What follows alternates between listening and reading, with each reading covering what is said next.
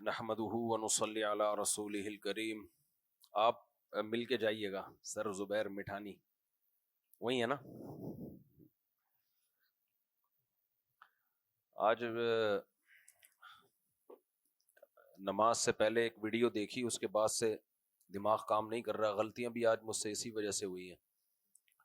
ایک مسجد کے امام صاحب کی ویڈیو آئی ہے مدرس کی، ظالموں نے ان کو شہید کیا تو ان کا چھوٹا بیٹا ان کے کیسے سینے پہ سر رکھ کے رو رہا ہے اپنے باپ کے.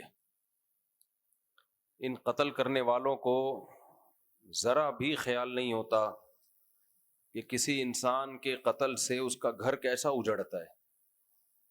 اپنے بچوں کو سامنے رکھ کے سوچا کریں، وہ کیسا بچہ جو ہے اپنے باپ کے سینے پہ جنازے پہ چیخ چیخ کے رو رہا ہے. گھروں سے جب جنازے اٹھتے ہیں گھروں میں کوہرام مچتا ہے. 2-4 دن پہلے مفتی منیر شاکر صاحب کو شہید کیا گیا. مجھے ان کے عقائد کے بارے میں زیادہ معلومات نہیں ہے، لیکن میں بس اتنی بات ان کے بارے میں جانتا ہوں کہ جب میں مسائل میں گھرا ہوا تھا، مشکلات میں تھا، اس شخص نے مجھے بہت زیادہ فیور کیا اور بڑی بہادری سے میرے حق میں بیان ریکارڈ کروایا. تو ان کا مجھ پر یہ احسان ہے. ان کی بھی شہادت کی اطلاع آئی، اور اب مساجد میں ائمہ، علماء، مدرسین، خطباء، ان کو شہید کیا جا رہا ہے. دوسرا، جب ملک میں ایسے حالات ہوتے ہیں تو کبھی بھی پروپیگنڈے کا شکار نہ ہوا کرو. یہ سب کچھ دہشت گردی ہمارے پڑوسی ملک سے ہو رہی ہے، اور انہوں نے کچھ لوگوں کو خریدا ہوا ہے سوشل میڈیا پہ کہ ہم ان کو ماریں گے اور تم اس موت سے، اس قتل سے ہماری طرف سے غافل کر دو. ان کو خود ان کو آپس میں لڑواؤ.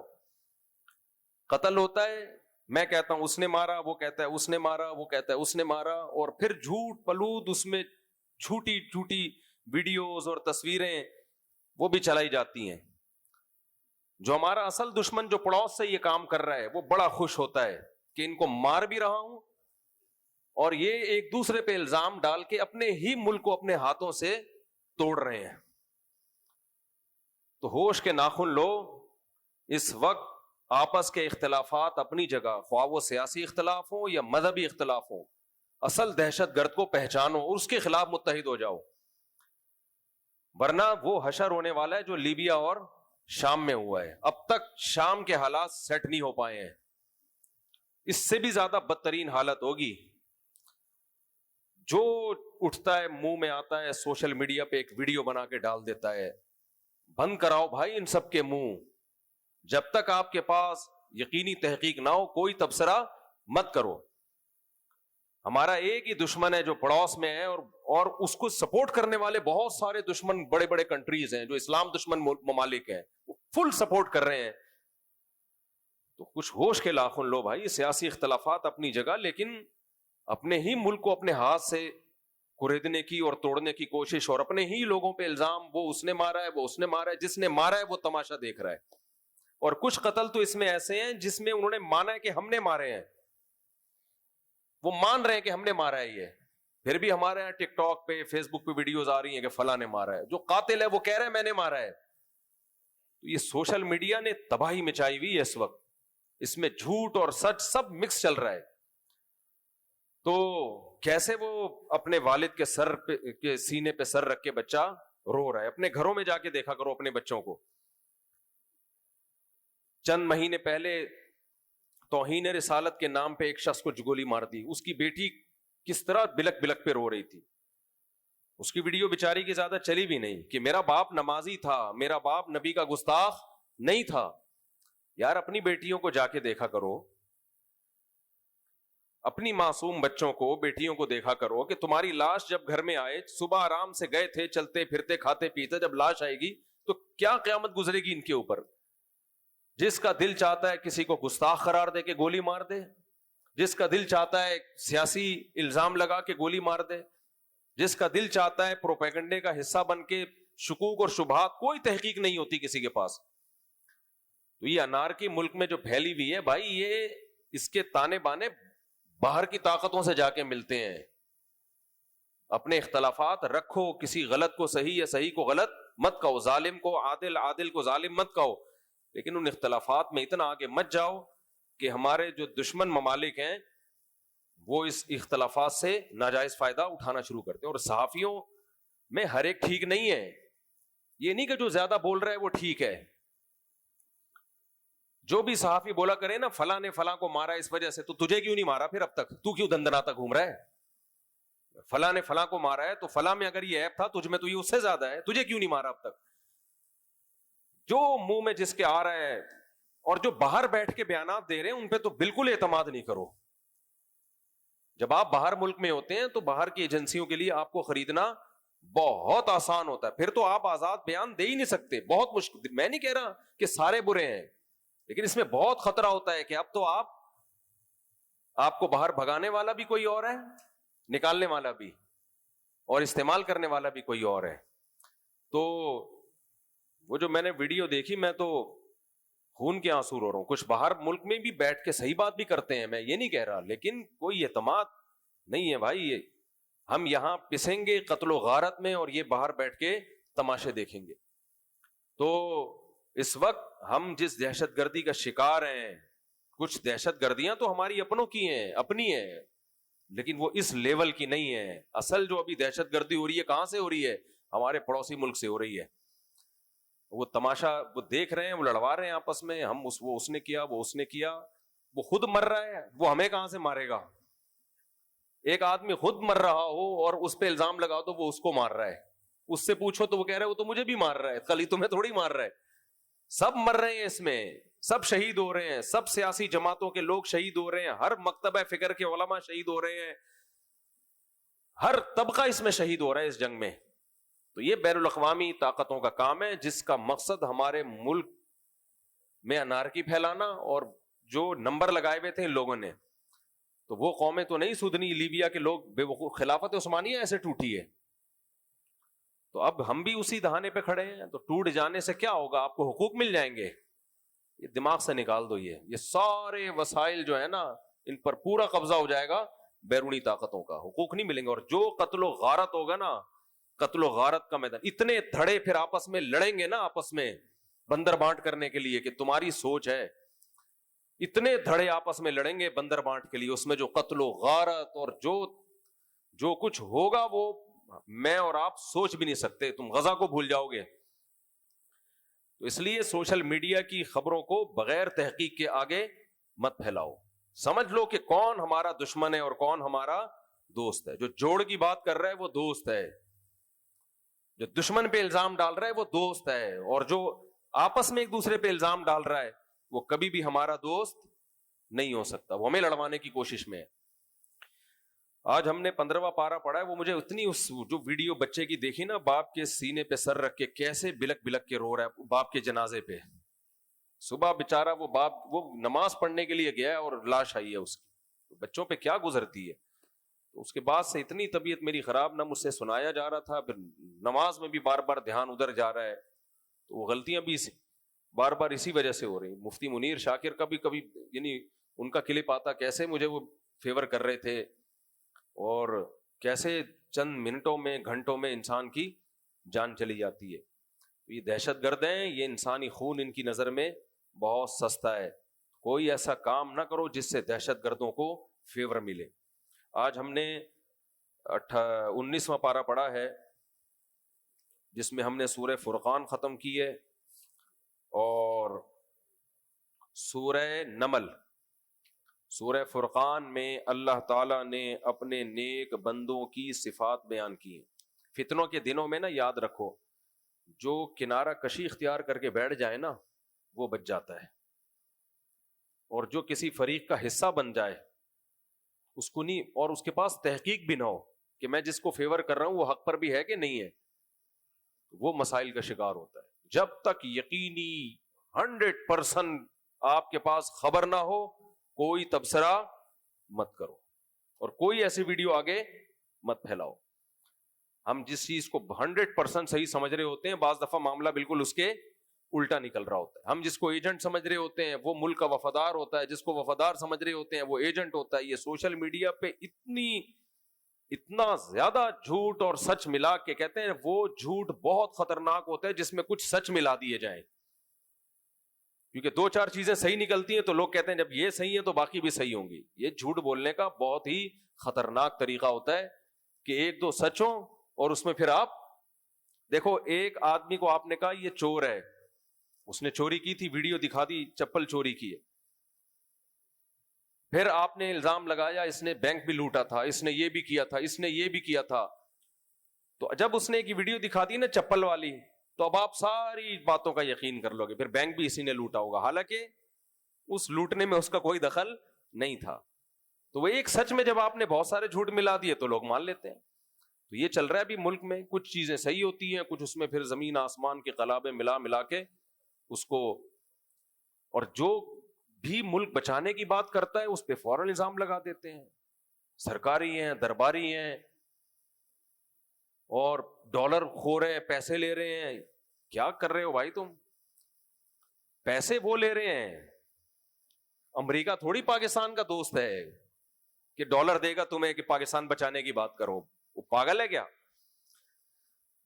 دماغ بالکل جو ہے نا، میری پوری سیٹنگ وہ ویڈیو دیکھ کے نا اس باپ کے جنازے کی، اور اللہ نہ کرے یہ حالات نہیں رکے نا، ہم اسی طرح بکواس کرتے رہے سوشل میڈیا کی باتوں میں آ کے، یہ بہت معاملہ آگے بڑھے گا، یہ بہت معاملہ بڑھے گا. دشمن کہہ رہا ہے ان کو مارو، چترول لگاؤ اور انہی پہ بلیاں ڈالتے رہو تاکہ یہ لڑ لڑ کے مارتے پیٹتے رہیں ایک دوسرے کو، برباد ہو جائیں یہ لوگ. ہر شخص بھونک رہا ہے بیٹھ کے، اس میں صحیح باتیں بھی ہیں، میں یہ نہیں کہہ رہا، لیکن صحیح غلط اتنا کچومڑ بنا دیا ہے کہ انسان کو بوکھلاہٹ کے سوا کچھ بھی حاصل نہیں ہوتا، یا تو غلط گائیڈ ہوتا ہے یا بوکھلا جاتا ہے. کوئی بھی دنیا میں کنٹری ایسے نہیں چلتا بھائی. سعودی عرب میں جاؤ، بول کو دے دیکھو، چمڑی ادھیڑ دیں گے تمہاری، بولیں گے آرام سے بیٹھ، ادھر جاب کرنے آیا ہے، کام کرنے آیا ہے، کھجورے کھا، پتلی گلی سے نکل، تو ہمارا باپ ہے جو ہمیں سمجھانے آیا ہے کہ کون صحیح ہے کون غلط ہے. امریکہ میں جا کے بات کرو آپ اس طریقے سے، ایجنسیاں اٹھا کے چمڑی ادھیڑ دیں گی. ہمارے سب کم حکومت کی ایسی کی تیسی ہوئی پڑی ہے، جس کا بس چلتا ہے جو منہ میں آتا ہے بولے چلے جا رہے ہیں، اور اتنے محاذوں پہ لڑائیاں ہو رہی ہیں کہ کس کس محاذ سے نمٹے. وہ ایک محاذ ختم نہیں ہوتا دوسرا محاذ شروع ہو جاتا ہے، تو اس میں ہم سب مل کے بھاگتے چور کی لنگوٹی والا کام کر رہے ہیں. سورہ شعراء میں اللہ تعالیٰ نے، سورہ فرقان میں اللہ تعالیٰ نے نیک لوگوں کی، اہل ایمان کی صفات بیان کی. آج تھوڑا مختصر بیان کروں گا میں، جلدی جلدی بس خلاصہ پیش کر دوں.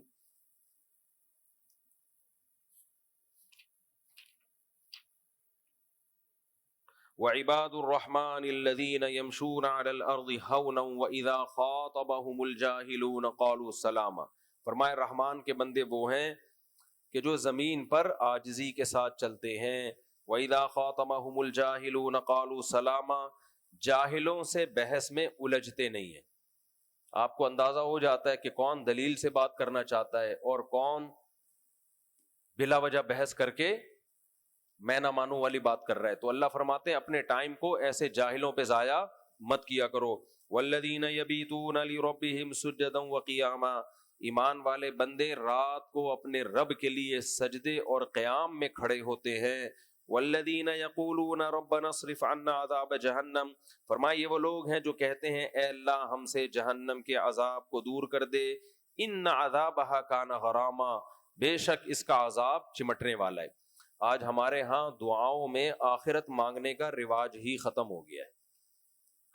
کوئی اگر تہجد میں دیکھو نا کسی کو اٹھتے ہوئے تو اس کا مطلب کوئی مسئلہ اٹکا ہوا ہے اس کا. وظیفے بھی اسی مسئلوں کے لیے پڑھ رہے ہوتے ہیں. اللہ نے قرآن میں بتایا کہ مسلمان کے لیے سب سے بڑا مسئلہ کیا ہے؟ اللہ جہنم کی آگ سے اس کو بچا لے اور جنت کا اس کو وارث بنا دے. تو سب سے زیادہ دعاؤں میں کس کو مانگنا چاہیے؟ جنت کو مانگنا چاہیے.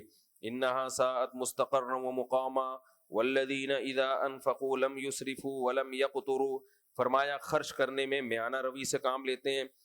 اور آگے فرمایا لا یدعون مع اللہ الہا آخر، اللہ کے سوا کسی کو نہیں پکارتے.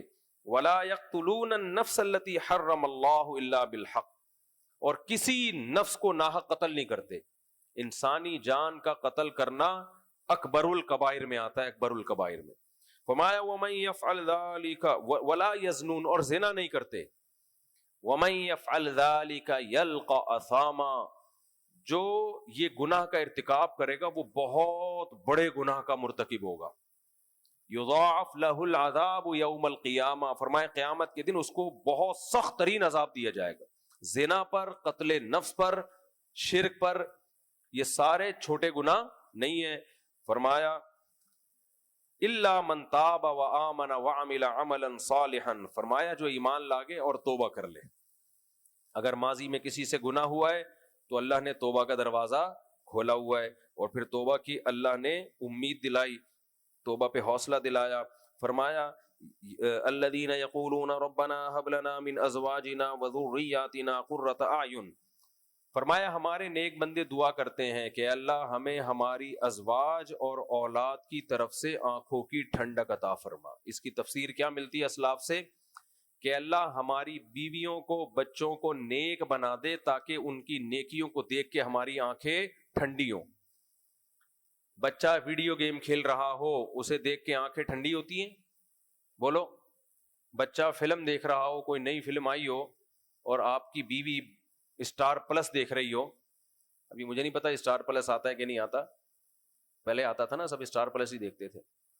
تھا وہ اسٹار نیگیٹو لیکن نام اس کا اسٹار پلس رکھا ہوا تھا. تو آنکھیں ٹھنڈی ہوتی ہیں جب گھر میں آئے تو دیکھا وائف بھی اسٹار پلس دیکھ رہی ہے اور بچے بھی، نیا ڈرامہ. لیکن حقیقت ہے جب آپ گھر میں آؤ، آپ کی بیگم اسکارف لے کے قرآن پڑھ رہی ہو، مصلی پہ بیٹھی ہوئی دعا مانگ رہی ہو، آپ کے بچے نماز پڑھ رہے ہوں، مجھے تو بہت مزہ آتا ہے خدا کی قسم. اس دن کیا ہوا، میرے تو بچے بھی واریوں سے چینج ہوتے ہیں نا، تو ایک گھر میں میری بچیاں زیادہ ہیں، تو اس دن میں کوئی اتنا نیک نہیں ہوں کہ ساری رات کو تہجد، ایسی آپ جیسے ہی ہیں. تو اس دن مجھے خیال آیا کہ چلو تھوڑا تہجد پڑھ لیتے ہیں. تو میں جب نماز میں کھڑا بھی رمضان میں ہی، تو میں جب نماز میں کھڑا ہوا تو بچیاں بھی آئیں، سب لائن سے اسکارف لے کے نا، سب نماز. پھر میں مصلی پہ دعا مانگ رہا ہوں، سب دعا.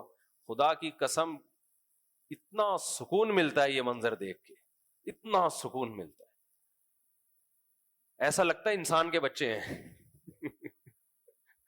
ایسا لگتا ہے کہ انسان کے بچے ہیں. تو اپنے ماتحت لوگ کوئی نیکی کے کام میں ہو، تبلیغ میں نکالا کرو اپنے بچوں کو، اپنے گھر والوں کو. تبلیغ میں لوگ معمولات کے پابند ہو جاتے ہیں.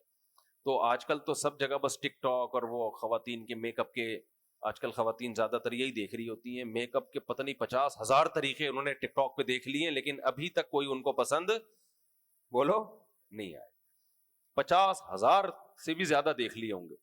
ٹھیک ہے ان کی نیچر ہے، اس کی مخالفت نہیں کر رہے، لیکن آنکھیں کس چیز سے ٹھنڈی ہوتی ہیں؟ ان کو اللہ کی اطاعت اور فرما برداری. بیٹی باپ کے سامنے، جوان بیٹی سر پہ چادر ہو تو اچھی لگتی ہے یا بغیر چادر کی اچھی لگتی ہے؟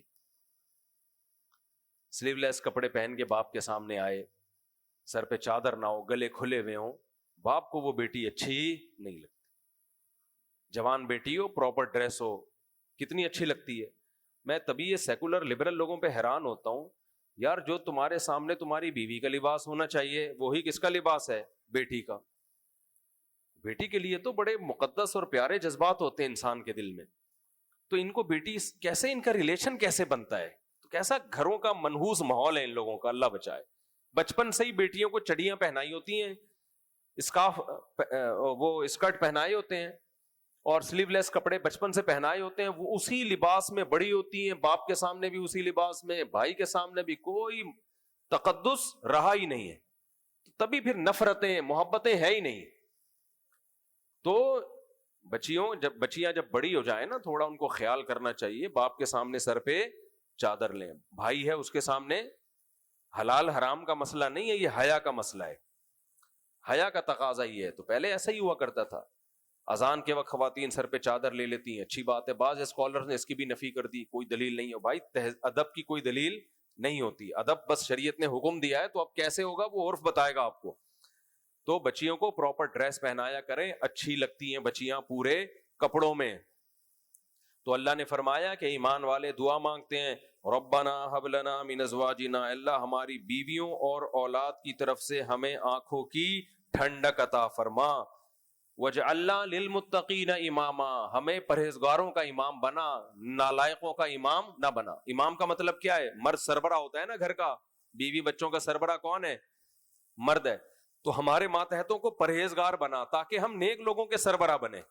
بے وقوفوں کا جو سربراہ بن گیا نا، اس کی ایسی کی تیسی ہو جاتی ہے، اس سربراہ کو بیچ کے کھا جاتے ہیں وہ. دیکھ لو یو کے میں بڈھوں کا، بیچاروں کا، اکثریت کا جو میرا بیان سن رہے ہیں ان کے علاوہ کی بات کر رہا ہوں. ایسے بوڑھے بہت آئے ہمارے پاس. ہوتا کیا ہے، اپنے بچوں کو پاکستان سے لے کے جاتے ہیں یو کے. اب میں انہی کے، اب کیا کروں یار، وہ مجھے بتانا پڑتا ہے نا، ورنہ وہ بات دل میں بیٹھتی نہیں. ایکچولی پاکستان جو ہے نا، یہ یوں ہے، پاکستان میں وہ گٹر کے ڈھکن کھلے ہوئے اور فلانا ڈمکانا. آپ جاؤ، آپ کو کس نے منع کیا ہے؟ لیکن پوری فیملی لے گئے اور وہیں سیٹل ہو گئے. جب وہ وہاں، اور پھر وہاں یہ بھی نہیں کہ اسلامی اسکولوں میں پڑھاؤ بچوں کو یا کچھ تبلیغ والوں سے جوڑ دو، نہ وہ تو گئے اس چکر میں یہاں سے ہیں کہ وہاں گھٹن کا ماحول نہیں ہے. اگر اسلامی اسکول میں پڑھائیں گے تو وہیں بھی گھٹن کا ماحول ہو گیا. پھر وہیں کے لبرل اسکولوں میں پڑھاتے ہیں، بچہ ماڈرن ہو کے چاند پہ جائے گا، ناسا میں جوائن کرے گا اور اگلے خلائی سیارے میں انشاءاللہ ہمارا بچہ ہوگا، ترقی کرے گا نا. وہ بچہ اسکول میں جاتا ہے، ماشاءاللہ اس کو ہومو سیکشولیٹی پڑھائی جاتی ہے، اس کو کہا جاتا ہے کہ تم ہو تو ستار، لیکن اگر ستارہ ہو تو بھی تمہیں کوئی اعتراض بولو بیٹا، تمہارا نام وحیدہ ہے، وحید ہے، لیکن اگر وحیدہ بولنا چاہو تو بھی کوئی اعتراض نہیں. یہ ہو رہا ہے. تو پھر اس کو بیٹا، ابا کبھی ڈانٹ کے بات کریں تو ہمیں بتانا. کسے بتانا؟ ابا صرف ایک خانسامہ ہے، اس کا کام تمہیں کھلانا اور پلانا. اما اگر تھپڑ لگائے نا تو پولیس کا نمبر ہے، یہ بتانا. تمہاری اما نے تمہیں ایک تھپڑ لگایا، ہم تمہاری طرف سے تمہاری اما کو 4 تھپڑ لگائیں گے. یہ وہ واقعات نہیں ہے جو اخباروں کے ہوئے، جو فون پہ جن جو بھگتے ہیں وہ بتا رہے ہوتے ہیں ہمیں. سمجھ رہے ہو؟ ایک صاحب نے بتایا، میری بچی کا موبائل 24 گھنٹے موبائل سے لگی ہوئی ہے، 16 سال اس کی عمر، ہر وقت دیکھ دیکھ کے بیزار ہو گئے، یار جان چھوڑ اس کی. بھائی باپ نے جب بہت سمجھایا ایک ہلکا سا تھپڑ لگا دیا. ماشاءاللہ. اسکول میں کہیں اس سے پوچھا ہوگا، تھپڑ تو نہیں مارا کسی نے، اس نے بتا دیا. پولیس آئی، ابا اندر. چلو ابا چھوٹ کے آئے 2-4 دنوں میں. پھر بیٹی کو پولیس والوں نے ورغلایا اور بیٹی کو باپ کی کسٹڈی سے، ماں کی کسٹڈی سے بھی، باپ کی کسٹڈی سے بھی ہٹا دیا. بچے تو ناسمجھ ہوتے ہیں. 1 ہفتے کے لیے بچی ماں باپ سے گئی، اس کی ماں رو رو کے مجھے فون کر رہی ہے، مفتی صاحب ہماری بچی گئی ہمارے ہاتھ سے. انجوائے کرو. کیا کرو؟ انجوائے.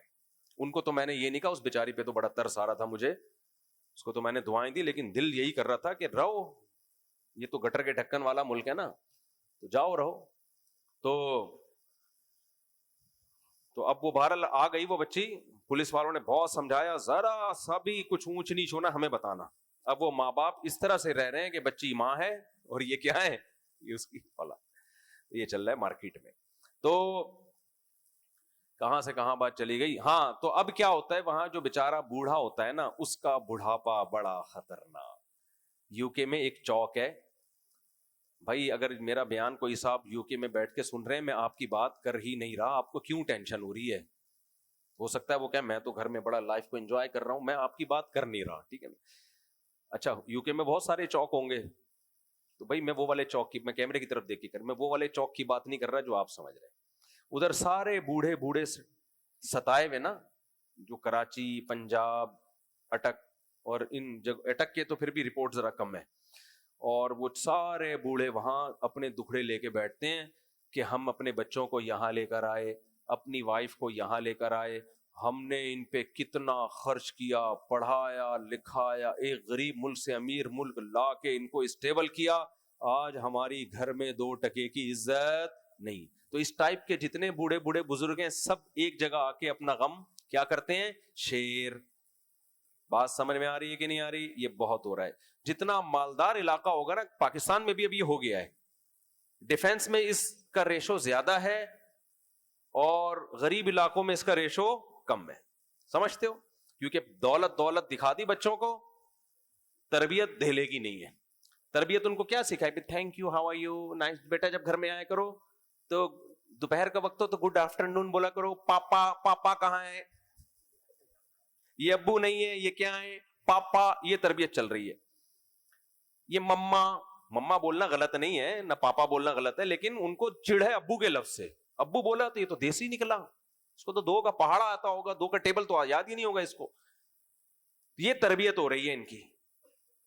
انگلش میں انگلش ٹھش پش تھوڑی سی سکھا دی اور وغیرہ وغیرہ, بس اس کو جو ہے نا تو وہ پھر وہ تو ایسا نکلتا ہے جو نکلے میں. ابھی دیکھو نا ڈیفینس میں ایک بچے کو پکڑا ہے نا, کیا کر رہا تھا وہ, ڈگی میں لے جا کے بندہ مار دیا اس نے. تو بھائی ڈیفینس میں کوئی سن رہا, میں آپ کی بات نہیں کر رہا, تو سمجھ رہے ہو, تو یہ چل رہا ہے مارکیٹ میں. سمجھ رہے ہو کہ نہیں سمجھ رہے, یہ چل رہا ہے مارکیٹ میں. تو وہاں باہر ملکوں میں بےچارے بڈھوں کا کوئی حساب و کتاب نہیں ہوتا, گھر میں ان کی 2 ٹکے کی نہیں ہوتی. اس لیے بچوں کو بچپن سے دین سکھاؤ. اور خدا کی قسم تمہارے پاس تبلیغی جماعت ایک ایسا راستہ ہے, جب تم بچہ جب بگڑتا ہے نا تو پھر انسان کہتا ہے میرے پاس تبلیغ کے علاوہ کوئی آپشن نہیں ہے. یہی فضائل اعمال جس پہ صبح شام اعتراض کرتا ہوں, کوئی بات نہیں, اس کی تعلیم میں بٹھا دے میرے بچے کو, اس میں ڈاکو بنانا تو نہیں سکھا رہے نا. ایسے ایسے لوگ تبلیغ میں, ہم نے ایک بندہ مجھے ملا, میں اس کا نام تو ظاہر ہے نہیں بتاؤں گا اور کنٹری بھی نہیں بتاؤں گا کس کنٹری کا تھا. ڈرگس کا بہت بڑا اسمگلر, چھوٹا نہیں بہت بڑا اسمگلر. قرآن کی تفسیر رہ رہی ہے لیکن ابھی سائد کو تھوڑا سا ایکسپلین کرنا ہے. کیا کچھ جرم نہیں کیا اس نے. ایک دن خیال آیا کہ بھائی کیا کس طرف جا رہا ہوں میں. کہہ رہے میں گیا مسجد میں, جماعت آئی بھی تھی, وہاں بیٹھا. اس کے بعد سے 4 مہینے پھر پوری زندگی کیا ہو گئی, تبدیل. تبلیغ والوں کا صرف انسانوں پر نہیں خاندانوں پہ احسان ہے, اور صرف خاندانوں پہ نہیں علاقے والوں پر احسان ہے, صرف علاقے والوں پہ نہیں ملکوں پہ احسان ہے. ملکوں کے وہ بڑے بڑے دہشت گرد جو کنٹری کے لیے بہت بڑا خطرہ بن سکتے تھے ڈرگس کے ذریعے, ڈرگس کی اسمگلنگ وغیرہ کے ذریعے, ان کو انسان کا بچہ بنایا ہے جو 1000 روپے لے کے بندوں کو قتل کر دیا کرتے تھے. تو سوچو وہ اگر ہوتے تو ملک میں کیا کیا کچھ ہو جاتا. انڈیا میں بھی پاکستان میں بھی ایسے لوگوں کو سدھارا ہے تبلیغ والوں نے. ہم تو ملے ہیں نا, اس لیے میرے بھائی علماء نے بھی سدھارا ہے. بہت سارے علماء بزرگان دین تربیت کا کام کر رہے ہیں, لیکن سدھارتا مذہب ہی ہے. سدھارتا کون ہے؟ مذہب. آپ کے پاس سدھارنے کا کوئی طریقہ نہیں ہے. اور رو کے بعد میں آؤ گے تو بچپن سے ہی گھر میں اسلامی ماحول پیدا کرو, بچیوں کو پراپر پورے کپڑے پہناؤ, بچیوں کو ایجوکیشن میں پڑھنے مت دو, رو گے ورنہ بعد میں جو حالات ہو رہے ہیں نا ایجوکیشن میں. تو یہ سارے کام کرو, تبھی اللہ قرآن میں کہتا ہے کہ ہمارے نیک بندوں کے دل کی آواز ہوتی ہے, اے اللہ ہماری بیویوں اور ہمارے بچوں کو ہماری آنکھوں کی ٹھنڈک بنا. کیا مطلب؟ دیندار ماحول دے. وجعلنا للمتقین اماما, اور تو نے ہمیں جن کا سربراہ بنایا ہے وہ پرہیزگار ہوں, وہ بے حیا بےہودہ نہ ہوں. یہ آیت بھی اللہ نے بتائی کہ نیک لوگ. اس سے پتہ چلتا ہے اپنے بیوی بچوں کی تربیت کی بھی فکر کرنی چاہیے. یہاں بس ایک نقطہ بیان کر کے میں آگے چلتا ہوں, یہ خوب سمجھ لو. اگر کسی عالم کی بیوی نیک نہیں ہے یا بچے نیک نہیں ہیں تو اس سے بدگمان ہونے کی اجازت نہیں ہے. بعض دفعہ علماء بیان کرتے ہیں بیوی کو پردہ کراؤ, بچوں کو نیک بناؤ, ان کا اپنا بچہ 2 نمبر نکلتا ہے. کہتے ہیں ابے ادھر بیان کرتے ہیں نیک بناؤ, ادھر یہ دیکھو کیا ہے. بھائی ہو سکتا ہے اس نے نیک بنانے کی کوشش کی ہو, وہ نہ بناؤ. انسان کی اپنی بھی تو سوچ ہوتی ہے. نوح علیہ السلام نے کم کوشش کی اپنے بچے کو نیک بنانے کی, لیکن کیا بنا, وہ کافروں کے ساتھ ہلاک ہوا ہے. تو لوط علیہ السلام نے اپنی بیوی پہ محنت نہیں کی ہوگی. لوط علیہ السلام کی بیوی مخبر تھی, مخبر, جو بدفعلی کرنے والے لڑکے ہیں ان کو پتہ بتاتی تھی کہ فلاں جگہ لڑکے ہیں. اتنا بڑا جرم کر رہی تھی وہ. اور بیوی کس کی تھی؟ لوط علیہ السلام کی, جو اس برائی کو مٹانے کے لیے دنیا میں آئے تھے. تو اس لیے کسی عالم, کسی بزرگ کے بچوں کو, بیوی کو, بالغ بچی کو دیکھ کے بدگمان مت ہو. ہاں یہ ایک سوالیہ نشان بہرحال ہے کہ بھائی یہ یا تو اللہ کی طرف سے آزمائش ہے یا آپ کی تربیت میں کوئی کمی ہے. بعض دفعہ آزمائش ہو جاتی ہے, بعض دفعہ تربیت میں کمی ہوتی ہے. تو گھر میں پردے کا, بچوں کو نماز کا, ان سب چیزوں کا عادی بنانا چاہیے. آگے ہم چلتے ہیں.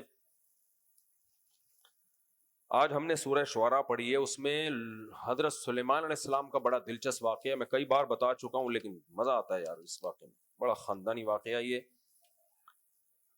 اللہ تعالیٰ فرماتے ہیں وَلَقَدْ آتَيْنَا دَاوُودَ وَسُلَيْمَانَ عِلْمًا، ہم نے داؤد اور سلیمان کو علم دیا۔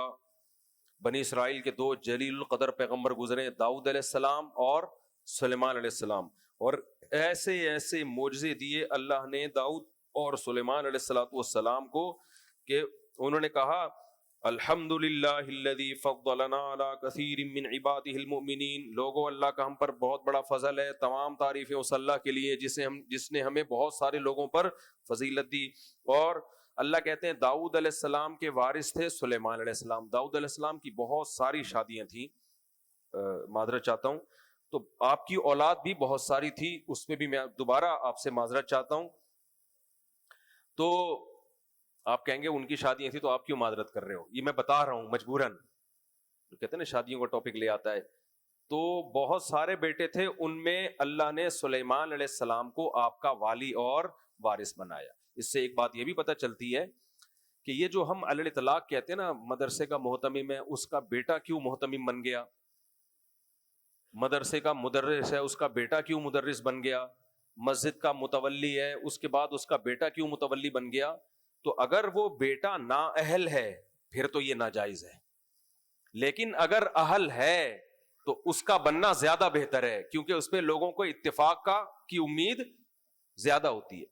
جیسے حضرت مفتی محمد شفیع صاحب رحمہ اللہ تعالی مفتی اعظم تھے پاکستان کے، ان کی انتقال کے بعد ان کے بڑے بیٹے حضرت مفتی رفیع عثمانی صاحب بنے دارالعلوم کے۔ وجہ کیا تھی؟ ان میں صلاحیت تھی، علم بھی کامل ماشاءاللہ، تقویٰ بھی، اور مینجمنٹ کے ماہر تھے۔ تو اب ایسے موقع پہ یہ اعتراض نہیں بنتا کہ اپنے زندگی میں اپنے بیٹے کو کیوں بنا دیا، اگر بیٹا باصلاحیت ہے تو بہت اچھا کیا اس کو بنا دیا۔ تو دیکھو دارالعلوم کورنگی نے کیسی پھر ترقی کی ہے۔ گڑبڑ وہاں ہوتی ہے جب بیٹا کو 2 ٹکے کا کچھ بھی نہیں آتا۔ ایسے بھی ہیں بعض محتمم جن کے بچے ہر امتحان میں الحمدللہ فیل ہوتے ہیں، اور اگر پاس ہوتے بھی ہیں تو ڈالڈا ملا کے۔ ڈالڈا سمجھتے ہو؟ ہم جب کرکٹ کھیلتے تھے نا تو کمنٹری پہلے سادہ اسٹائل، وہ جو اسکورنگ جو ہے نا وہ لکھتے تھے سادہ اسٹائل میں، وہ تو اصطلاحات بھی بھول گیا میں۔ تو اب کیا ہوتا تھا، جیسے ہماری ٹیم کھیل رہی ہے، ہم کاپی لے کے بیٹھے ہوئے ہیں نا، یا وہ ملیا ہوا ہے کوئی بندہ، تو وہ 2 رن بنائے لکھ 3 دیے نا، اس نے 4 رن بنائے لکھ دیے 5، تو اس وقت یہ ٹرم یوز ہوتی تھی ابے تو ڈالڈا ملا رہا ہے بیٹا یہاں بیٹھ کے، کیونکہ دیسی گھی کا زیادہ رواج تھا نا، زیادہ رواج کا مطلب اچھا سمجھتے تھے، تو ڈالڈے والڈے یہ کمپنیاں آنا شروع ہوئیں، بہت رواج ہو گیا ان کمپنی کا۔ تو گاؤں کے لوگ، ہمارا تو گاؤں نہیں تھا، ہم تو شروع سے شہر میں ہی رہے ہیں، لیکن گاؤں سے یہ ٹرم آئی کہ بھائی یہ دیسی گھی میں کیا ملا رہا ہے، ڈالڈا ملا رہا ہے۔ تو وہ جملہ مجھے ہمیشہ یاد آتا ہے، جب بھی کوئی ایسی دھاندلی کر رہا ہوں، کہتا ہوں کیا کر رہا ہے تو، اس میں ڈالڈا ملا رہا ہے، تو ڈالڈا مت ملایا کرو۔ کیا کہاں سے بات تھی یار یہ؟ ہاں، تو بچے کو نا محتمم پاس کر رہا ہوتا ہے کیا ملا کے؟ ڈالڈا ملا کے، اس کے میں صلاحیت نہیں ہوتی۔ تو ایسے نالائق بچوں کو اگر کسی نے محتمم بنا دیا یا اپنی جگہ مسجد میں نائب بنا دیا تو یہ ناجائز اور حرام ہے، یہ اقربا پروری ہے۔ تو لیکن داؤد علیہ السلام کے بیٹے چونکہ باصلاحیت تھے، سلیمان علیہ السلام، اللہ کہتے ہیں آپ کے بعد کون والی وارث ہوگا، یہ سارا نظام کون سنبھالے گا؟ سلیمان۔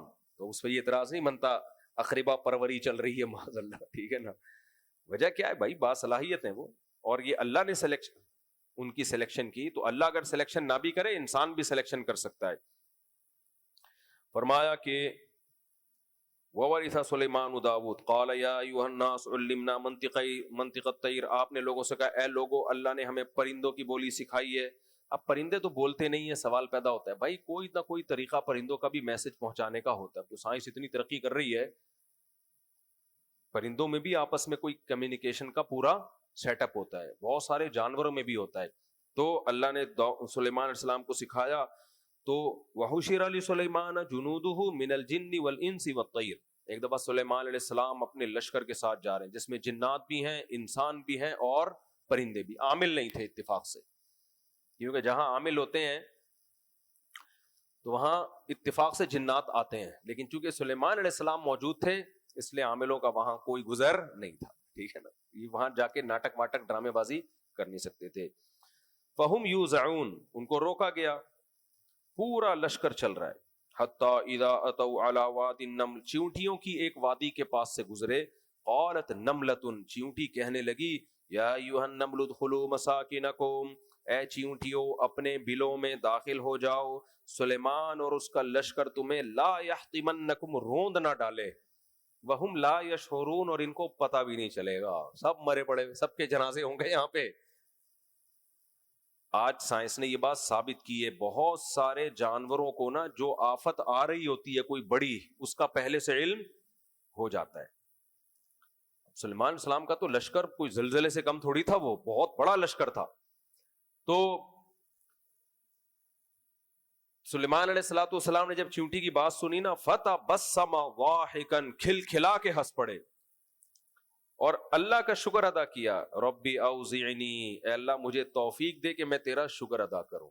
کیا مطلب؟ اتنی بڑی نعمت تو نے مجھے دی کہ چیونٹی کا جو میسج باقی چیونٹیوں کے لیے تھا وہ بھی مجھے سمجھ میں آتا ہے. تو اللہ سے کا شکر ادا کر رہے ہیں. اے اللہ، یہ معجزہ تھا سلیمان علیہ السلام کا، تو معجزے کی نسبت کس کی طرف ہوتی ہے؟ اللہ کی. سلیمان علیہ السلام میں خود یہ نہیں تھا کہ وہ سمجھ جاتے، یہ سب کون بتا رہا تھا سلیمان علیہ السلام کو؟ اللہ. اے اللہ مجھے توفیق دے کہ میں اس نعمت کا شکر ادا کروں جو تو نے مجھ پر کی، وعلی والدیہ، اور میرے والدین پر کی. پیغمبر ہر دعا میں اپنے والدین کو یاد رکھتے ہیں. میرے والدین پر بھی، داؤد اور جو آپ کی والدہ تھیں، کہ انہی کی برکت سے مجھے یہ سب کچھ ملا ہے. وَأَنْ أَعْمَلَ صَالِحًا تَرْضَىٰ، اے اللہ اتنی بڑی نعمت تو نے مجھے دی، ایسا نہ ہو میں نیک عمل چھوڑ دوں. جب نعمتیں ملتی ہیں انسان اللہ کے قریب ہونے کے بجائے دور ہونا شروع ہو جاتا ہے. تو اے اللہ تو مجھے ایسے عمل کی توفیق دینا جس پہ تو خوش ہوگا. تو یہ یاد رہے گا، جب بھی کوئی نعمت ملے کیا دعا مانگنی اللہ سے؟ اے اللہ تو مجھے شکر کی توفیق دے اور مجھے نیک عمل کی توفیق دے. ایسا نہ ہو یہ نعمت مجھے ملی ہے تو میں تجھے بھول جاؤں. جب پسند کی شادی ہوتی ہے نا تو پہلی رات کو فجر کی نمازی بھی نہیں پڑھتے، کیونکہ دلہن مل گئی، اب اللہ کو یاد کرنے کی کیا ضرورت. ہمارے دوست ہیں مسجد میں، رفیع بھائی، نام لینے میں حرج نہیں ہے، وہ دولہا کا جس کی بھی شادی ہوتی ہے نا محلے میں، اس کو فجر میں چیک کرتے ہیں آیا کہ نہیں آیا، اور پھر وہ اس کی کلاس لیتے ہیں. وہ جو نمازی ہو پہلے سے، جو نمازی نہیں ہے وہ تو پہلے بھی نہیں آیا. کوئی نمازی رخصتی والی رات کو فجر کی جماعت میں شارٹ ہونا، تو رفیع بھائی نے اس کو چھوڑنا نہیں. پھر اس کو گھنٹہ سمجھاتے ہیں، اس کا باپ بھی آتا ہے اگلے دن، صحیح تمہاری شادی ہوئی ہے تم فجر میں کیوں نہیں، اور چیک کر رہے ہوتے ہیں آ رہا ہے کہ نہیں آ رہا. اس لیے ہمارے محلے میں جس کی بھی شادی ہو، اللہ کے خوف سے آئے نہ آئے، رفیع بھائی کے خوف سے وہ ضرور آئے. تو جب نعمت ملے تو بھائی اللہ کو مت بھولو، اللہ کو یاد رکھو. یہ سلیمان علیہ السلام کی دعا سے ہمیں پتہ چلتا ہے. اور کہنے لگے یہ بہت اہم بات، وَأَدْخِلْنِي بِرَحْمَتِكَ فِي عِبَادِكَ الصَّالِحِينَ، اے اللہ اپنے نیک بندوں کی فہرست میں مجھے بھی شامل کر لے. کتنی تواضع ہے یار، پیغمبر سے بڑا کوئی ہوتا ہے قوم میں؟ پھر بھی میں نہیں کر رہے کہ میں سب سے بڑا ہوں تو باقی لوگوں کو میری فہرست میں شامل کر لے نا. کیسے اپنے آپ کو سوسائٹی کا ایک ادنا فرد قرار دے کر، اے اللہ تیرے بہت سے نیک بندے ہیں تو مجھے بھی ان نیک بندوں میں شامل کر لے. ہمارے پاس اگر کوئی ایسی کرامت آ جائے، کوئی بھی عقل سے بالاتر واقعہ، تو ہم تو کہیں گے بھائی نیک از کالڈ مین. نیک کسے کہتے ہیں؟ مجھے کیا کہتے ہیں؟ نیک. تو آپ بھی میرے جیسے بنو تو تمہارے ساتھ بھی یہ کرامتیں ہوں گی. لیکن سلیمان علیہ السلام کہہ رہے ہیں اللہ تیرے جو نیک بندے ہیں مجھے بھی ان کا ایک ادنا سا، گویا کہ مفہوم بیان کر رہا ہوں، مجھے بھی ان کا ایک ادنا سا فرد بنا دے. ایسا نہ ہو ان معجزوں کو اور ان نعمتوں کو دیکھ کر میں تجھ سے غافل ہو جاؤں. بہت سے نیک بندے مجھے بھی ان میں شامل کر لے. اور آج بعض لوگوں نے دین کو ایسا بنا کے پیش کیا ہے کہ ایسا لگتا ہے 4-6 آدمیوں کے علاوہ کوئی دنیا میں نیک رہا نہیں، باقی سب گمراہ، باطل، جہنمی، فرقہ پرست، سب منجن. 4 آدمی ہیں. کوئی وہ ہے، ایک آدمی نے خواب میں دیکھا کہ جنت میں دال چاول بٹ رہے ہیں. اس نے کہا بھائی یہ کیا ہو رہا ہے؟ ہم نے تو سنا تھا بڑی مرغن دیگیں ہوں گی جنت میں. کہتے اب 4 فرشتے نے بولے 4 آدمی کے لیے دیکھ پکائیں کیا؟ بندے ہی نہیں ہے جنت میں، تو فی الحال ہم نے کیا انتظام کیا؟ تو ایسا نہیں ہوگا میرے بھائی، جنت میں بہت سارے لوگ جائیں گے. اچھا بھائی، تو وَتَفَقَّدَ الطَّيْرُ، قرآن کہتا ہے کہ سلیمان علیہ السلام نے ایک پرندے کو گم پایا. ام کان من الغائبین، کہتے ہیں مجھے کیا ہو گیا کہ مجھے ہدہد نظر نہیں آ رہا. یہ رپورٹ کون پیش کر رہا ہے؟ سلیمان علیہ السلام. ام کان من الغائبین، مجھے نظر نہیں آ رہا، یہ وہ مارکیٹ سے ہی شارٹ ہے. بعض دفعہ ہوتا ہے بیٹھا ہوا ہے کہیں، کسی کے پیچھے بیٹھا ہوا ہوگا، کسی کی جیب میں ہوگا، کہیں کرسی کے نیچے بیٹھا ہوا ہے، یہ بھی ہو سکتا ہے. تو مجھے نظر نہیں آ رہا یا وہ ہے ہی نہیں. اگر مجھے نظر نہیں آ رہا تو کوئی پرابلم نہیں ہے، میں ذرا چیک کروا لیتا ہوں کہاں ہے. لیکن اگر وہ شارٹ ہے نا دربار سے غائب ہے، تو لَأُعَذِّبَنَّهُ عَذَابًا شَدِيدًا، میں پھر نہیں چھوڑوں گا اس کو، سخت عذاب دوں گا. او لَأَذْبَحَنَّهُ، ہو سکتا ہے ذبح ہی کر ڈالوں. اس سے پتہ چلتا ہے بھائی مملکت چلانا آسان کام نہیں ہوتا، کیونکہ سلیمان علیہ السلام بڑے مجاہد تھے، کنٹری ان کے پاس تھا، اور ہدہد کا کام خفیہ ایجنسی کا تھا. ہر وقت سلیمان علیہ السلام کو رپورٹ چاہیے ہوتی تھی کہ فلاں ملک کے بارے میں تجھے جو رپورٹ لینے کے لیے بھیجا تھا آیا کہ نہیں آیا. پتہ چلا وہ چھٹی پہ گیا، آج اس کی نانی کا انتقال ہو گیا. ابے تیری نانی کا انتقال ہو گیا تو چھٹی پر ہے، بتا کے جاتا تاکہ کوئی آلٹرنیٹ ہم دیکھتے. کیونکہ ایک سیکنڈ بھی تاخیر جو ہے نا بعض دفعہ صدیوں کا نقصان کرتی ہے. جنگ میں ایک سیکنڈ کا توقف، کوئی آپ کے لیے مقابلے میں آیا ہوا ہے اور آپ کے پاس پسٹل ہے، آپ نے کہا یہ والی چھوڑو، دوسری پسٹل اٹھا کے ماروں گا، تو مار لو گے؟ بس گئے. سیکنڈوں کی خطا سے صدیاں برباد ہو جاتی ہیں. اس لیے سلیمان علیہ السلام نے اپنے اس عمل میں بتا دیا بھائی جو میدان جنگ میں لڑنے والے لوگ ہیں یا حکومت چلانے والے لوگ ہیں، ان کو بہت زیادہ بیدار ہونے کی ضرورت ہے. کچھ غلطیاں قابل معافی نہیں ہوتی. اس میں ہمیں بھی سبق ملتا ہے کہ ہم جو مکھنچوؤں کی طرح زندگی گزارتے ہیں نا، کسی کے ذمے کوئی کام لگا تو کرتا ہی نہیں ہے. ابھی کیا واقعہ ہوا ہے یار ہمارے دوست کے ساتھ، ان کی بیوی آگ میں جل کے شہید ہو گئی بیچاری. گیس کا پائپ لائن کہیں سے لیک تھا، ہلکی ہلکی اسمیل آ رہی تھی، انہوں نے اس کو زیادہ اہمیت نہیں دی، بھائی پتہ نہیں کہاں ہے، ایسے ہی سو گئے. بھائی جب تک آپ سو کیسے گئے؟ جب تک یقینی طور پر آپ کو پتہ نہ چلے یہاں ہے، اس کو بلا کے بند کرو، اس کے تمام راستے بند کرو اس کے، آپ سو کیسے گئے؟ سو گئے. وہ بیوی بیچاری صبح اٹھی ہے، کچن میں اس نے جیسے خواتین کرتی ہیں ایک دم آگ بھڑکی ہے، چیخو پکار سے یہ لوگ اٹھے اور اس کو ہاسپٹل لے کر گئے. 2-4 دن زندہ رہی، اس کے بعد انتقال ہو گیا. تو 15-20 سال پہلے بھی میرے ہی ایک دوست کے ساتھ یہ واقعہ ہوا تھا. وہ بیچارہ روتا ہوا آیا ہمارے پاس کہ یہ خواتین کے ساتھ یہ واقعات ہوتے ہیں کچن میں، یہ کامن ہے. یہ واقعات کچن میں کہیں چولہا جلا، بٹن آن کر کے بھول گئی. اب جب گیس کی لوڈ شیڈنگ ہوتی ہے تو یہ ہو رہا ہوتا ہے. چولہا جلایا خاتون نے، گیس آ نہیں رہی تو بعض دفعہ غفلت میں ایسے ہی چھوڑ دیا. اب وہ گیس آنا شروع ہو جاتی ہے تو گیس نکل رہی ہے، ناک بند ہے، اسمیل کا نہیں پتا چل رہا. وہ جلایا اور آگ لگ. ہمارے ایک دوست وہ بھی جلے اس طرح سے آگ میں، میرا شاگرد تھا. کیا ہوا ہے، ٹینکی میں گیا ہے صفائی کے لیے. بھائی ٹینکی کا ڈھکن جب بند ہوتا ہے تو آپ نیچے جاؤ، اس میں گیس ہوتی ہے بعض دفعہ. وہ گیا اندر، آگ لگائی ہے روشنی کے لیے، پورا جل گیا. اتنا مضبوط لڑکا تھا ماشاءاللہ، تو بچ گیا، وہ جان بچ گئی. وہ اسی آگ میں باہر نکلا ہے وہ، اور جا کے اپنے اوپر خود بالٹیاں ڈالی ہیں اس نے، پوری اسکن جل گئی. میں اس کی عیادت کے لیے گیا تھا. ایک واقعہ ہم نے اپنے خاندان میں اپنی آنکھوں سے دیکھا ہے کہ یہ کوائل جلاتی ہے نا خواتین، یہ بہت خطرناک چیز ہے.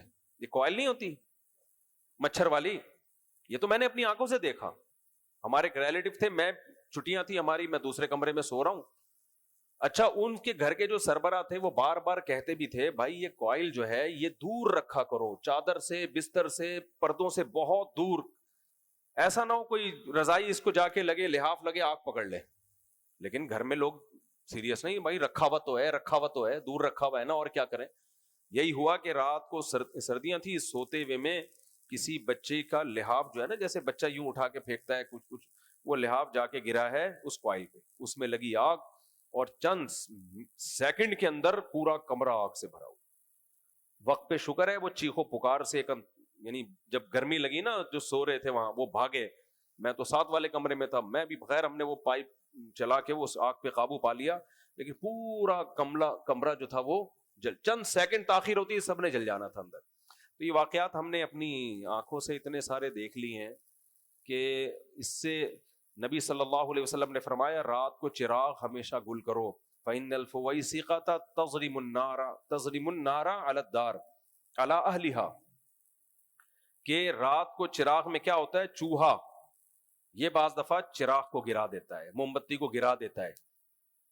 کوئی یہ حشرات الارض سے تھوڑی ہم بچ سکتے ہیں، یہ گرا دیتے ہیں، کسی چیز پہ گرا اس میں آگ لگ گئی. تو کوئی نہیں ہے، بس پاگلوں اور بے وقوفوں کی طرح زندگیاں گزر رہی ہے. خواتین بائک میں پیچھے بیٹھتی ہیں، دوپٹے لٹک رہے ہوتے ہیں، پیچھے برقعے لٹک رہے ہوتے ہیں، بھائی یہ چین میں آ جائے گا، پھنس جائے گا، اور کچھ نہیں ہوتا. ابھی ہمارے ایک ریلیٹو کا حادثہ ہوا ہائی وے پہ، ٹانگ ٹوٹ گئی، اللہ ان کی کو صحت دے. کل کا واقعہ یہ، کیسے ٹانگ ٹوٹی جی، ہائی وے پہ کل حیدرآباد سے آتے ہوئے. میرے پاس میں کہیں بیان کے لیے گیا ہوں، فون آ رہے ہیں ایمرجنسی، ہمارے اپنے قریبی ریلیٹو ہیں. کیا ہوا جی، وہ ڈرائیور کے ساتھ کی سیٹ پہ بیٹھے ہوئے تھے، سو گئے تھے. تو میں نے کہا ڈرائیور تو نہیں سویا نا؟ کہہ رہے نہیں وہ سو گئے تھے. جب ایکسیڈنٹ ہوا ہے تو سیٹ بیلٹ نہیں پہنی ہوئی تھی، جنہوں نے سیٹ بیلٹ پہنی ہوئی وہ بچ گئے، انہوں نے سیٹ بیلٹ نہیں پہنی ہوئی تھی. تم ہائی وے پہ سفر کر رہے ہو اور سیٹ بیلٹ نہ پہنی ہو آپ نے، اتنی سی غفلت ہے. اور اس کا کفارہ کیا ہوا؟ ٹانگ گئی، ٹوٹ گئی ٹانگ. تو جب ہائی وے پہ سفر کر رہے ہو پھر تو پہنو یار، کچھ بھی ہو سکتا ہے. لیکن ہر آدمی نے فرض کیا ہوا ہے کہ میرے ساتھ کچھ بھی بولو نہیں ہو سکتا. سیٹ بیلٹ میں بہت دفعہ بچت ہو جاتی ہے. ہمارے ایک دوست 150 کی اسپیڈ پہ جا رہے تھے، سیٹ بیلٹ تھی ان پہ بھی اور ساتھ والے پہ بھی، آنکھ لگ گئی ان کی ہائی وے پہ. گاڑی نے 3-4 کلابازیاں کھائی ہیں، گاڑی کی تو ایسی کی تیسی ہو گئی، خود فٹ فاٹ. جو گاڑی دکھائی نا، میں نے کہا بچ کیسے گئے؟ کہہ رہے یہاں سیٹ بیلٹ پہنی ہوئی تھی. تو یہ جو گورنمنٹ بار بار کہہ رہی ہوتی ہے سیٹ بیلٹ، بے وقوف نہیں ہے پوری دنیا جو آپ کو بول رہی ہوتی ہے سیٹ بیلٹ. ہم سمجھ رہے تو پتہ نہیں ان کو کیا سیٹ بیلٹ کے پیسے ہم سے لے رہے ہیں، کیا ان کو فائدہ ہو رہا ہے، یا امریکہ کی سازش ہے.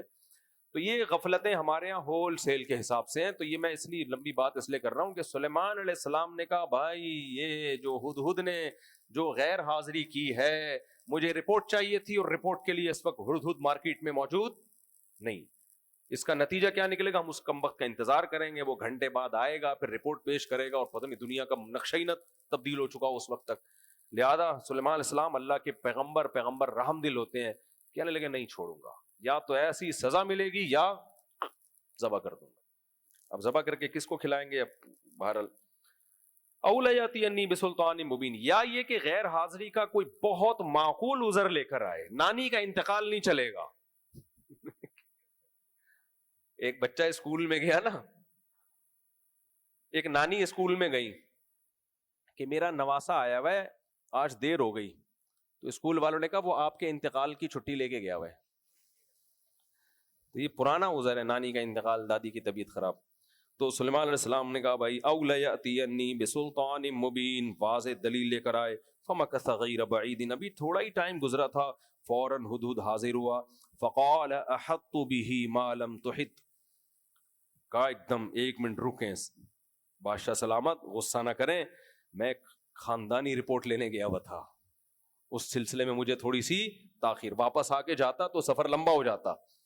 میں گھومتا، وہ تو ٹریولنگ کرتا تھا نا، پرندے تو کہاں جاتے ہیں، میں گھومتا پھرتا جا رہا تھا. انی وجدت امرأۃ، میں نے ایک عورت دیکھی، تملکہم، ایک ایسی قوم دیکھی، ایک ایسا کنٹری دیکھا جس کی سربراہ ایک عورت ہے. ایک تو یہ اچھمبے کی بات، اس زمانے میں تصور نہیں تھا کہ کسی ملک کی سربراہ کون ہو، عورت سربراہ ہے. اور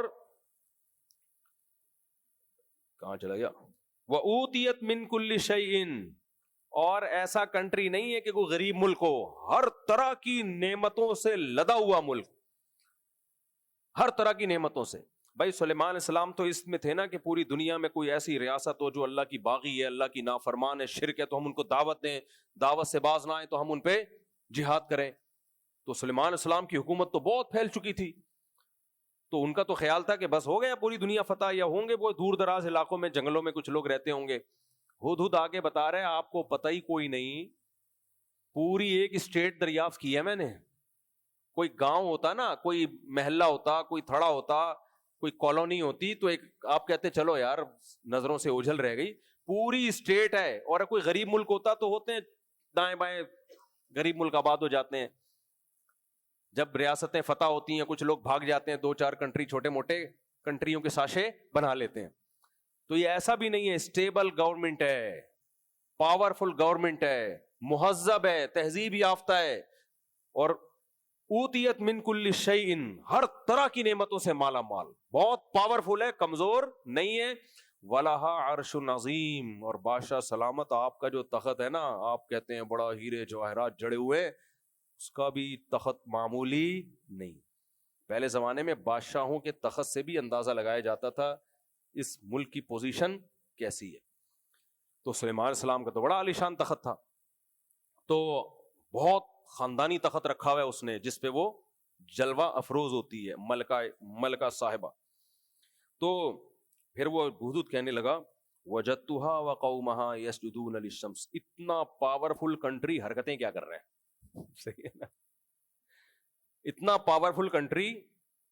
بھائی جب اکنامکلی کوئی مضبوط ہوتا ہے تو مینٹالٹی بھی اچھی ہوتی ہے نا, مینٹل لیول بھی اونچا ہوتا ہے, کوئی چھچوری حرکتیں ایسے لوگ نہیں کرتے. تو کہتے ہیں اتنا پاورفل کنٹری لیکن حرکتیں کیا کر رہا ہے. وجدتها وقومها يسجدون للشمس, ملکہ بھی اور اس کی قوم بھی سورج کو سجدہ کرتے ہیں, یعنی بالکل ہی اوپر سے کیا ہے, فارغ. اوپر سے کیا ہے, یعنی ایک طرف ان کی ترقی کو دیکھو تو لگتا ہے بڑے ذہین لوگ ہیں, بھائی محنت کی ہے, ٹیکنالوجی کا بھرپور استعمال کیا ہے, لیکن حرکت دیکھو یہی آج مغربی دنیا کے ساتھ. ایک طرف دیکھو چاند پہ جا رہے ہیں, ساری دنیا کو تہذیب سکھا رہے ہیں, دوسری طرف دیکھو ہومو سیکسولیٹی کو لیگل کر رہے ہیں, ابا کو مارکیٹ سے ہی شارٹ کر دیا, زنا شراب یہ سب لیگل. تو یہی ہوتا ہے کافر کہ اس کے پاس ہدایت نہیں ہوتی. تو کہنے لگے وَزَيَّنَ لَهُ, ہاں يَسْجُدُونَ لِلشَّمْسِ مِن دُونِ اللَّهِ, جس خدا نے بنایا ہے اس کو چھوڑ کر سورج کی پرستش کر رہے ہیں. وَزَيَّنَ لَهُمُ الشَّيْطَانُ أَعْمَالَهُمْ, شیطان نے اس برے عمل کو ان کے سامنے مزین کر دیا اور ان کو سیدھے راستے سے ہٹا دیا. فَهُمْ لَا يَهْتَدُونَ, اب وہ سیدھے راستے پہ نہیں ہے. یہ رپورٹ کون پیش کر رہا ہے, ہدہد. پھر کہنے لگا اللہ يَسْجُدُوا لِلَّهِ الَّذِي يُخْرِجُ الْخَبْءَ فِي السَّمَاوَاتِ وَالْأَرْضِ وَيَعْلَمُ مَا تُخْفُونَ وَمَا تُعْلِنُونَ, اس اللہ کو سجدہ کیوں نہیں کر رہے جو کائنات میں ایسے ایسے تصرفات کر رہا ہے. یعنی دیکھیں ہدہد کو بھی اشکال ہو رہا ہے کہ توحید ایک دفعہ سمجھ میں آ جائے نا, پھر انسان کو اللہ کے سوا سجدہ کرنے والے سمجھ میں آتے ہی نہیں. تو جانور کہہ رہے ہیں عجیب باولے ہوئے ہیں, ٹھیک ہے نا, جو اصل خدا جس نے بنایا ہے, جو کائنات میں تصرفات کرتا ہے, اس کو چھوڑا ہوا ہے. اور یعلم ما تخفون وما تعلنون, تمہاری پوشیدہ اور کھلی ہوئی باتیں سب کو جانتا ہے, اس کو بھول گئے ہیں اور سجدہ کر رہے ہیں سورج کو. تو سلیمان علیہ السلام نے جب اس کی تقریر سنی تو حیران ہوئے اور کہنے لگے سننظر اصدقت ام کنت من الکاذبین, ابھی ہم دیکھتے ہیں بیٹا تو سچ کہہ رہا ہے یا جھوٹ بول رہا ہے. ایک دم کسی کے جذبات سے متاثر بولو نہیں. ابھی وہ آیا نا ایک پھینکو بیٹھا ہوا ہے, قسم اٹھا کے کہتا ہوں, اللہ کی قسم, 3 دفعہ قسمیں اٹھائیں. رات کو کسی کو خواب آیا, نبی صلی اللہ علیہ وسلم نے فرمایا کہ جاؤ وہ جو فلانا بیٹھا ہوا ہے نا ٹی وی پہ, وہ جو وظیفہ بتا رہا ہے بالکل ٹھیک بتا رہا ہے. تو اس سے اینکر خاتون نے پوچھا کہ قسم اٹھانے کی کیا ضرورت ہے, کہ لوگ نہیں مانیں گے, لوگ نہیں مانیں اس لیے اٹھا رہا ہوں. بھائی ہم پھر بھی نہیں مان رہے, تو 10 قسمیں اٹھا لے, اس لیے نہ اٹھاتا تو زیادہ بہتر. خیر بڑی بڑی فلمیں آ رہی ہیں مارکیٹ میں آج کل. تو اچھا خیر ہم کہاں سے کہاں چلے گا میرے بھائی. تو اس لیے سلیمان علیہ السلام نے فرمایا سننظر, ایک ریلیکس, ہم ابھی دیکھتے ہیں اصدقت ام کنت من الکاذبین, تو سچ بول رہا ہے یا بہانہ بنا رہا ہے ذبح ہونے سے بچنے کے لیے. اذهب بکتابی ھذا, تو ہی جا, کیونکہ اب اتنے لمبے سفر میں کس کو بھیجتے بھائی گھوڑوں پہ, تو ایسا کر یہ میرا خط لے کے جا. یہ بھی سلیمان علیہ السلام نے اس کو آزمانے کا ایک طریقہ, کہ اس کو خط وط تو پڑھنا آتا نہیں ہے, یہ لے کے جائے گا, ملکہ سبا کو دے گا, وہ ٹرانسلیشن کروائے گی, یا اسی زبان, ہو سکتا ہے وہ زبان جانتی ہو, پھر جواب لکھ کے بھیجے گی. یہ کام ہدہد خود کر نہیں سکتا. اور بادشاہوں کے خطوط, ان کے لیٹر ہیڈ, تو یہ تو بہت پہلے سے استعمال ہوتے رہے, اسٹیمپ وغیرہ, تو اس سے سمجھ جاؤں گا یہ جینین واقعہ ہے, ورنہ یہ خط لے کے گھومتا ہی رہے گا پوری دنیا میں کہ کس کو پکڑانا ہے. سمجھ رہے ہیں نا, یہ پکڑانا کس کو ہے؟ کیونکہ جھوٹ جو ہے نا وہ اس کے پاؤں نہیں ہوتے اور جھوٹ پکڑا جاتا ہے. تو اذهب بکتابی ھذا، یہ لے میرا یہ خط لے کے جا، فالقیہ الیہم، ملکہ سبا اور اس کے درباریوں کو جا کے پکڑا دے، وہاں ڈال دے، جا کے پھینک کے آ جائیے.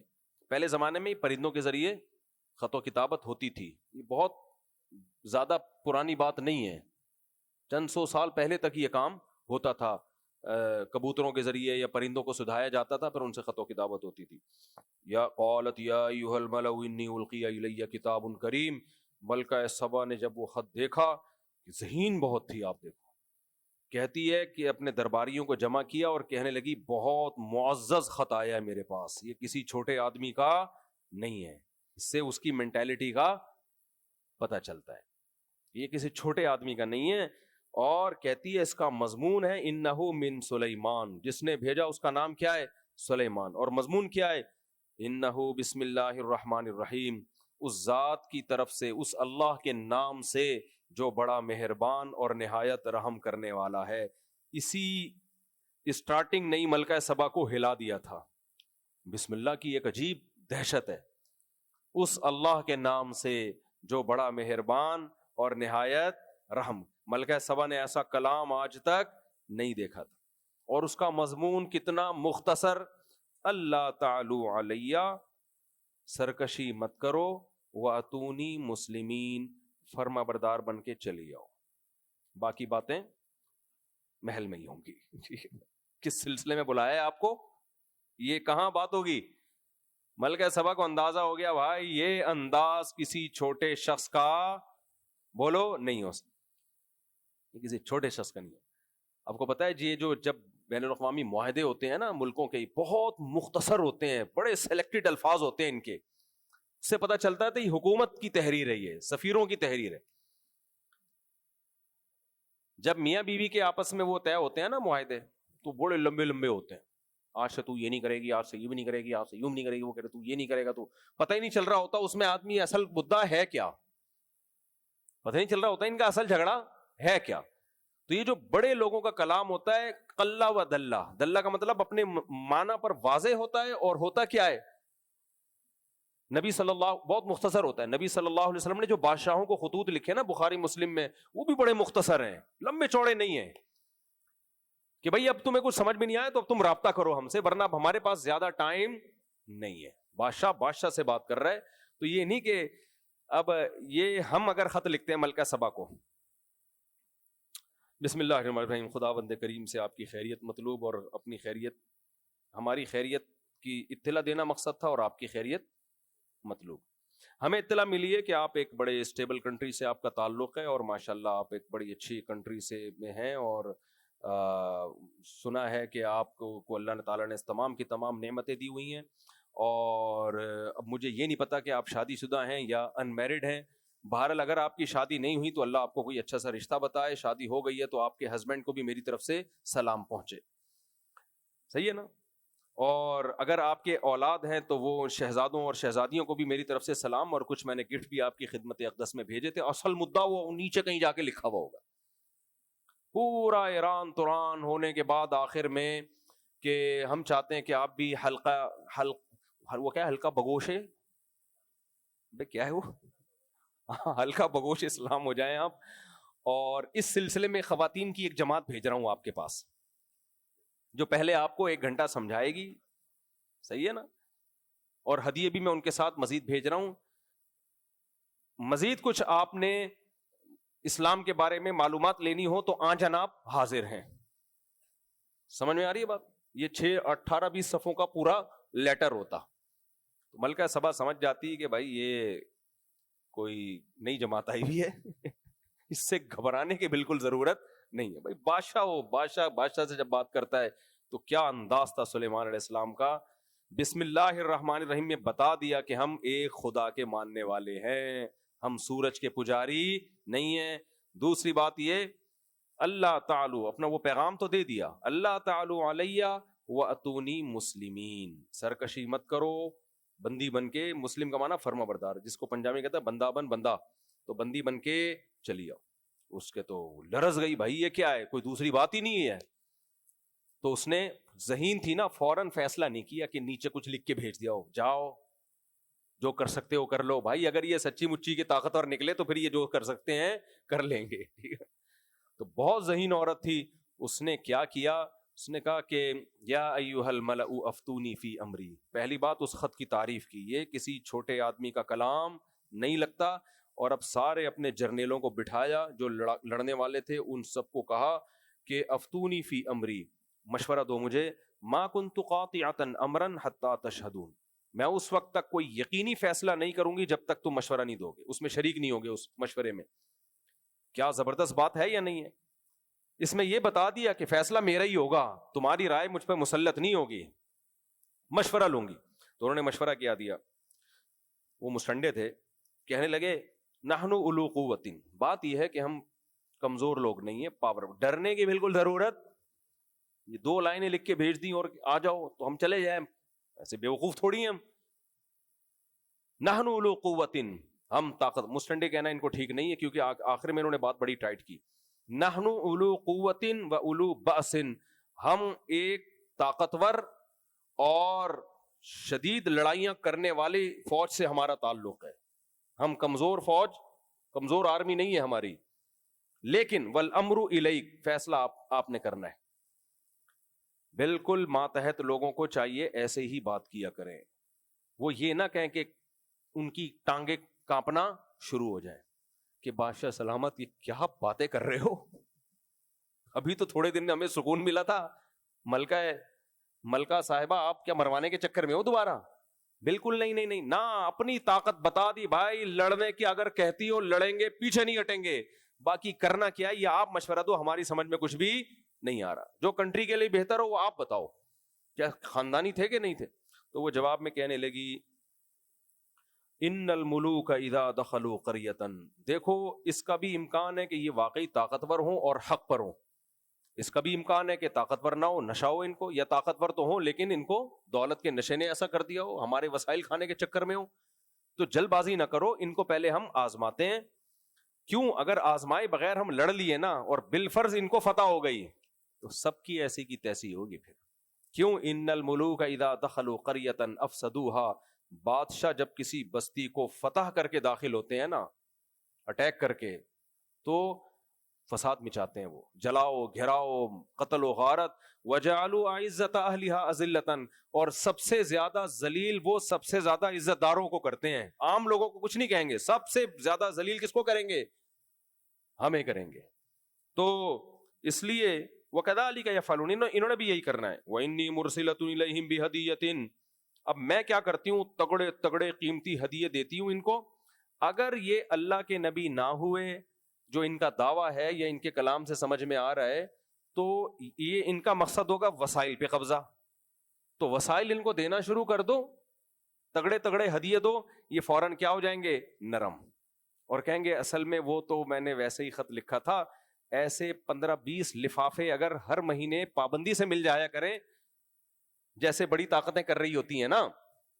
ایک ملک ہے, بڑا اچھا ملک ہے, نام لینا مناسب نہیں ہے, امریکہ بڑی بدماشی کر رہا ہے, ہر مہینے وہاں سے لفافے امریکہ کے پاس آتے ہیں.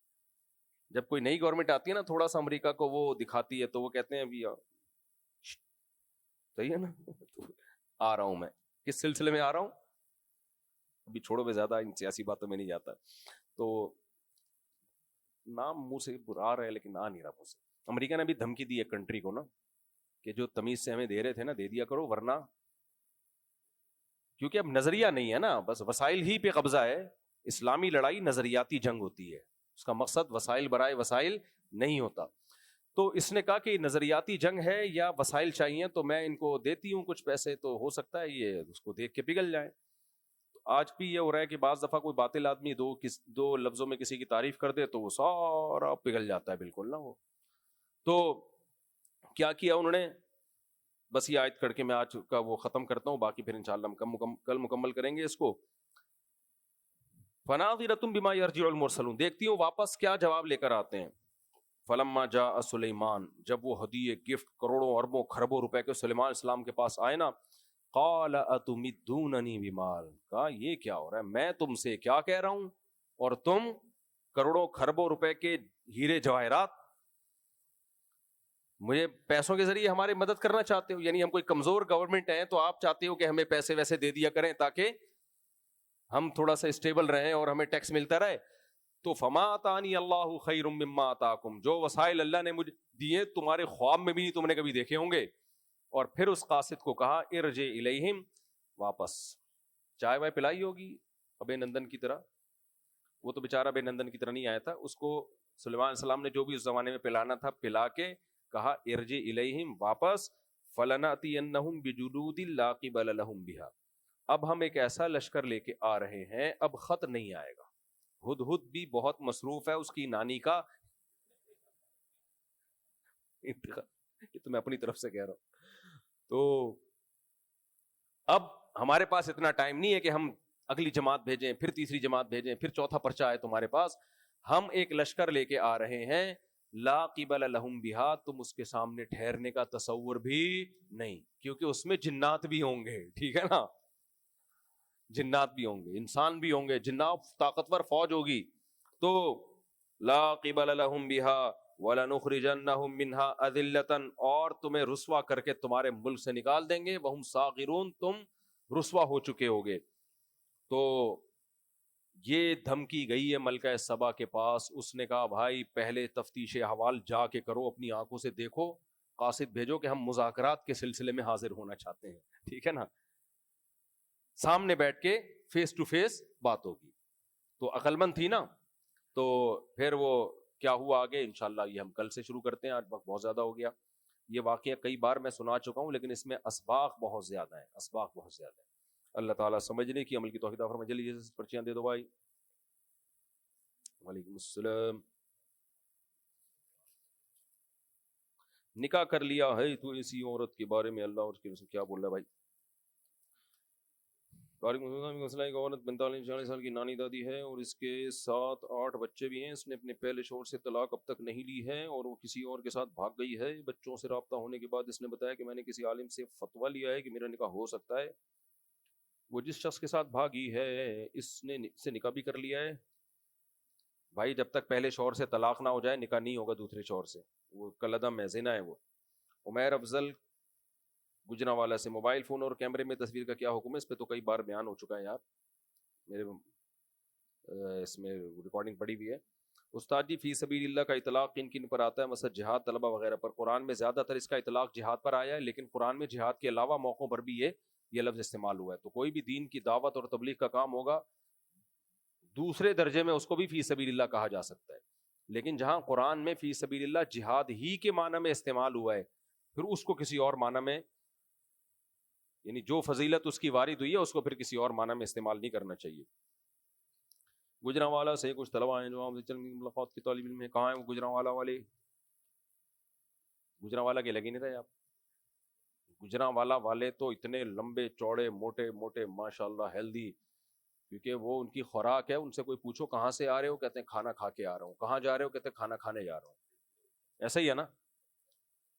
ٹھیک ہے تھوڑی دیر بعد ملتے ہیں. ابھی اللہ تعالیٰ عمل کی توفیق دے. جزاکم. حسن رمضان کی برکتیں چھا گئی, علم و حکمت ہر ایک سمت پھیلا گئی, زندگی کا سفر معتبر ہو گیا, فکر